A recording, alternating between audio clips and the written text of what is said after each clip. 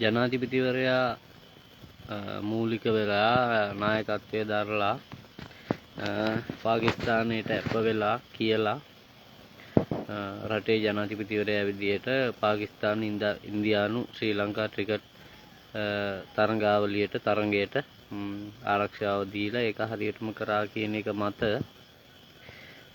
මාලිමාවට ඡන්දෙ දීපු බොහෝ දෙනා අනුර ජනාධිපතිතුමා තමයි මැච් එක ගැස්සෙව්වේ කියනවා. අනුර ජනාධිපතිතුමා නෙමේ මැච් එක ගැස්සෙව්වේ. අනුර ජනාධිපතිතුමාත් නායකත්වය දීලා ඒ වෙනුවෙන් උදව් කරා. ඒ විදිහට ඇවිල්ලා ඒ ක්‍රීඩකයෝ බය නැතුව සෙල්ලම් කරේ 4000කට කිට්ටු විරෝධා රණවිරුවෝ ප්‍රශ්නයක් ඇති නොවන විදිහට ග්‍රවුන්ඩ් එකේ හැමෝගෙම හයියට ආරක්ෂාව වෙනුවෙන් ඉඳපු හින්දා. එතකොට එහෙම කිව්වහම අපි කවුරු හරි ඩෝබි කායි කියනවනම් නෑ අනුර තමයි එහෙම කරේ කියලා.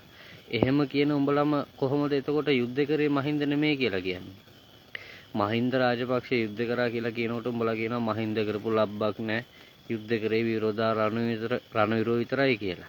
අනුර මැච් එක ගැස්සෙව්වා කියලා උඹලා කියනවා. එහෙම බැලුවාම ඉතින් හරිනම් හරියටම බැලුවොත් අනුර ගස්සවපු මැච් එකකුත් නෑ මහින්ද කරපු යුද්ධයකුත් නෑනේ. උඹලා කියන තියරියෙන් බලනවා නෑ. බොල නායකයා හොඳයි අනික නරකයි කියන්නේ නැහැ හැමලේම.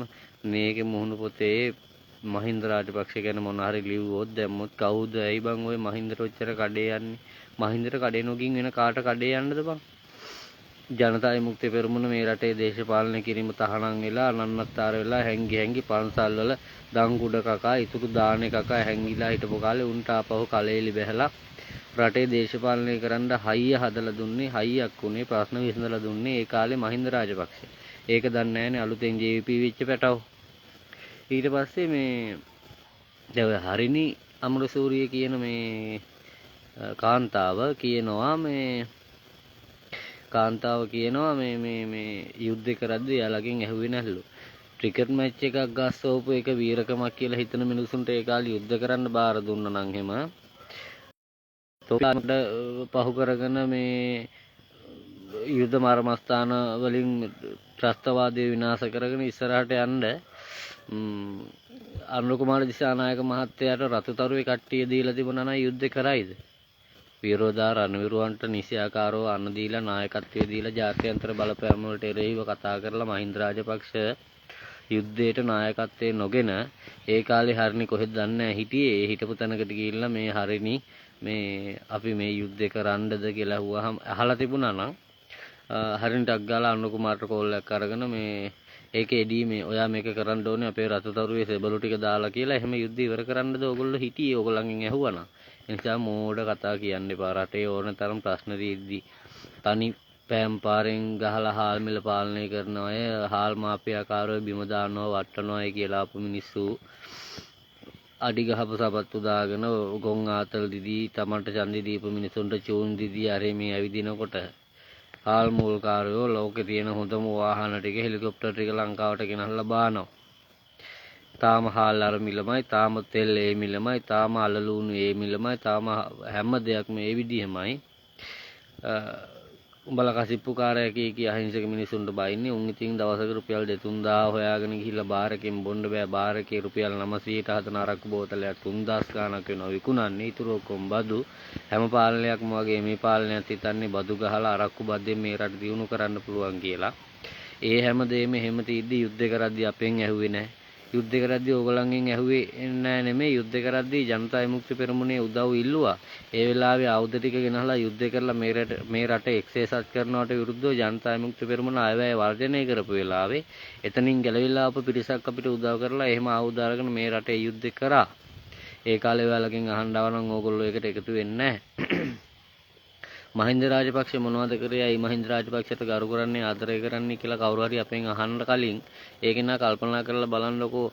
අනුර කුමාර දිසානායක උතුරට ගිහිල්ලා ආරක්ෂකයෙකුත් එක්ක අර උසේන් බෝල්ට් වගේ දඩබිඩි ගාලා ටික්ටොක් වීඩියෝ එකක් හදන්න දුවනවා.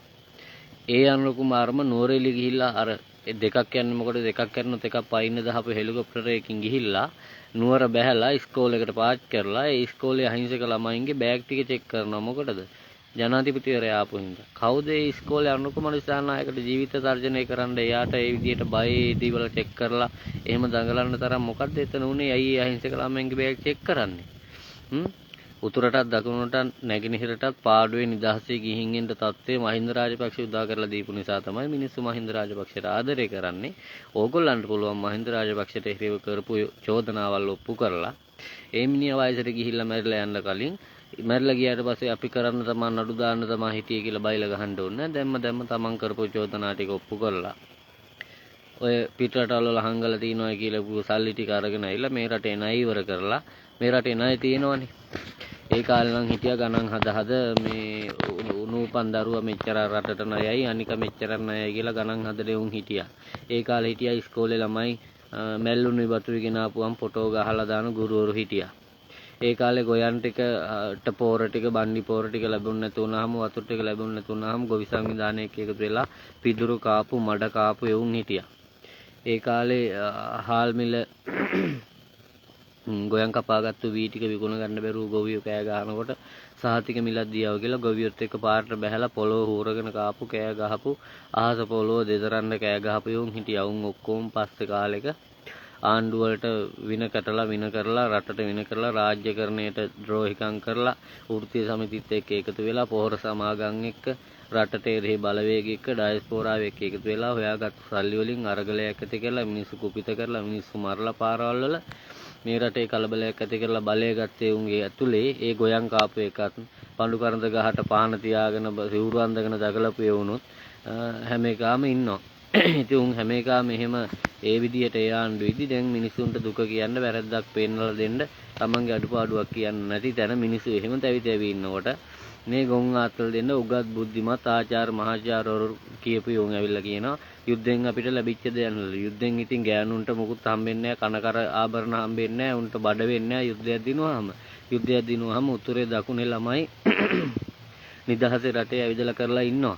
මේ යුද්ධයක් දිනපු හින්දා කාලයක් රටේ භීෂණේ ත්‍රස්තවාදයේ වපුරවපු ජනතා විමුක්ති පෙරමුණට උගත්තු ටිකක් කියලා જાතියක් එකතු කරගෙන මාලිමාව කියලා එකක් ඡන්ද බලයෙන් බලයටපත් වෙන්න නිදහස සාධාරණ මැතිවරණයක් තියන්න ඒ මැතිවරණ ඇතුලේ මිනිස්සු මැරලා යන්නේ නැති වෙන්න තනින් තන රටේ බෝම්බ පිපිරෙන්නේ නැති වෙන්න මේ රට පාලනය වෙලා හැදිලා නිදහස කියන දේ ලැබිලා තියෙනවා. ඒක තමයි යුද්ධෙන් ලැබුණේ. හරිනිට වෙනම් පොග්ගිලක මොන හරි උමනාවක් තිබුණාද කියලා අපි දන්නේ නැහැ. ඉතින් එහෙම තිබුණා නම් ඒ කාලේ ඉල්ල ගන්න තිබුණා. දැන් ඉතින් ඉල්ලන්න වෙන්නේ නැහැ. කලපුව දිගේ ලොක්ක ඇදගෙන ඇවිල්ලා අපි අපේ රණවිරුව ලොක්කාව ෂොට් එක දීලා කලපුව දිගේ ඇදගෙන ඇවිල්ලා දාලා ඒක ඉවර කරා. ඒ නිසා තමන්ගේ යටි දේශපාලන අරමුණු වලට තමන්ගේ කෙරුවාව තමන්ගේ වැඩපිළිවෙල කරගෙන යන්න බැරුව ඇනිලා හත් පොලේ ගූක් ගාගෙන බලල්ලු ගල්ලු දරීලා වගේ දඟල ඉන්නකොට අරයා යුද්ධ කරේ නෑ එයා නෙමෙයි ඒක කරේ අරයා අනිත් එක යුද්ධ කරද්දී අපෙන් අහන්න තිබුණා ආරෙමයි මෙහෙමයි අර ඒගොල්ලන්ගේ මහජන ආරක්ෂක ඇමතිද කවුද කියනවා ගිය අවුරුද්දෙත් එක්ක බලනකොට මේ අවුරුද්දේ පළවෙනි මාස දෙකේ වෙඩි තබා ගැනීම අඩුයිලු 12ක් ගිය පාර වෙලාලු මේ පාර 9යිලු ඒ හින්දා අවුලක් නැල්ලු යකෝ උඹලා නේද බං බංකුවක් අරන් ඇවිල්ලා වාඩි වෙලා ඉන්න වටීසෙන් නැෂනල් සිකියුරිටි කිය බයිලා ගහගා අපි කරන්නම් ආරක්ෂාව අපි උගන්නන්නම් කිය ආවේ උඹලා පුදා ඉඳලා කලින් ඉඳලා ආම වගේ මිනිස්සු වෙඩි තියා ගන්නවා පාතාලි ගහමරා ගන්නවා ඉස්සර නම් ඔහොම දෙයක් වුණාම ඕක රාජපක්ෂ තමයි ෂොට් එක දුන්නේ කියලා කියනවා ඇත්තටම රාජපක්ෂලා ආයුධ පෙන්නලා හිටන් නැති කරලා දාපු පිල්ල ටික තිබුණා නම් අද උඹලට දේශපාලනය කරන්න වෙන්නේ නැහැ. ඒ නිසා තමයි අපි රාජපක්ෂලා ආදරය කරන්නේ. උඹලට තියෙන රාජපක්ෂලාට ආදරය කරන මිනිසුන්ට ඊර්ෂ්‍යා කරන එක නෙමෙයි. රාජපක්ෂලාට ආදරය කරන මිනිස්සු ලප්තනම ලොප් වෙන විදිහට උඹලා ඒ කරපු චෝදනාවල් ඔප්පු කරලා මේ මිනිස්සු හිරේ අවහල්. ඒ හින්දා යුද්ධයක් කරද්දි කොහොත් අන ලොන්ත පටන් ලොන් ඇලිච්ච ගොන් ගෑනුන්ගෙන් අහන්නේ කවුරු හරි කෙනෙක් වීඩියෝ එකට කමෙන්ට් කරයිද දන්නේ නැහැ මේ අගමැතිනීට අපහාස කරලා කාන්තා හිංසනය කියලා. උඹලට කාන්තා හිංසනය මතක් වෙන්නේ හරියට අපහාස කරාම විතරද? එතකොට මැයි 9 අරගලයේ දවස්වල පොත්ජන පෙරමුණේ අධ්‍යාපන වෘත්තීය සමිතියක හිටපු වසන්ත හඳපාංගොඩ කියන මිස්ව සාරි ගලවලා යට ඇඳුම් පිටින් පාර දිගේ ඇදගෙන ඇවිල්ලා බේර වැවට දානකොට කාන්තා හිංසනය ගැන කතා කරන උන් ඉපදිලා ලංකාවේ හිටියේ නැද්ද?